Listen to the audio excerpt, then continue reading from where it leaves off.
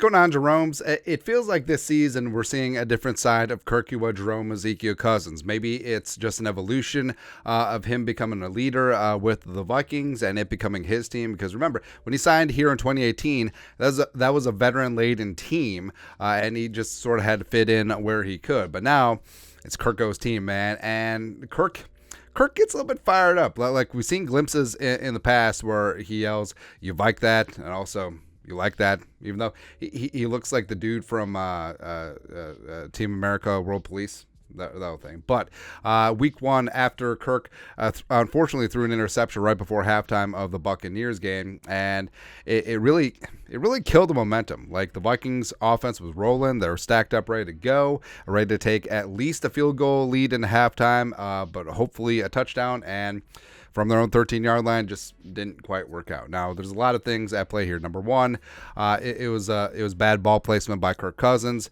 Number two, maybe the throw was rushed because Ed Ingram allowed quick pressure right across his face. And three, I mean, should KJ have been able to bully that ball away from the DB? Sure. And Kirk Cousins even said post-game that they should have checked to the underneath route with Jordan Addison, but sort of is what it is. But the thing that went viral is Kirk on the sidelines, just completely tearing things up, like tearing things like a Kleenex at a stop party, something like that, man. Now, number one, Kirk wasn't singling anyone out in his tirade here. He was yelling at KJ. He wasn't yelling at the play call. He wasn't yelling at Ingram. If anything, he was just mad at himself. I'm sure that he was.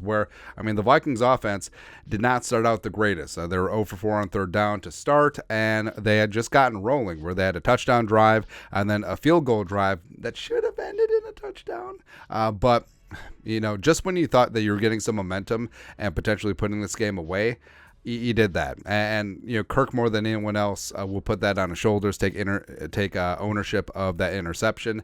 And it's really unfortunate because I think that was the moment that the game changed, where Tampa thought that they actually could win this game. The momentum went out and the crowd sort of went out of it, and they certainly got back in the second half, but that was extremely deflating, and also the fact that the Buccaneers had a freaking 9-minute drive to start off the second half certainly did not help things. But I mean, overall, I like seeing emotion out of Kirk Cousins. I think that it'll get people fired up, and I think that this is him. Like he plays the aw shucks character to the hilt, but he is a fiery, competitive dude, and it's something that you want to see. You can't be like, hey, we screwed up. I screwed up as a leader of this team, and we did not do our jobs. And I'm not just gonna sit here like, oh, gee golly, gee Willikers, Mrs. Cleaver, we'll get him next time. Nah, nonsense. Plus, it's great because it just creates more memes, and that's really what it's all about.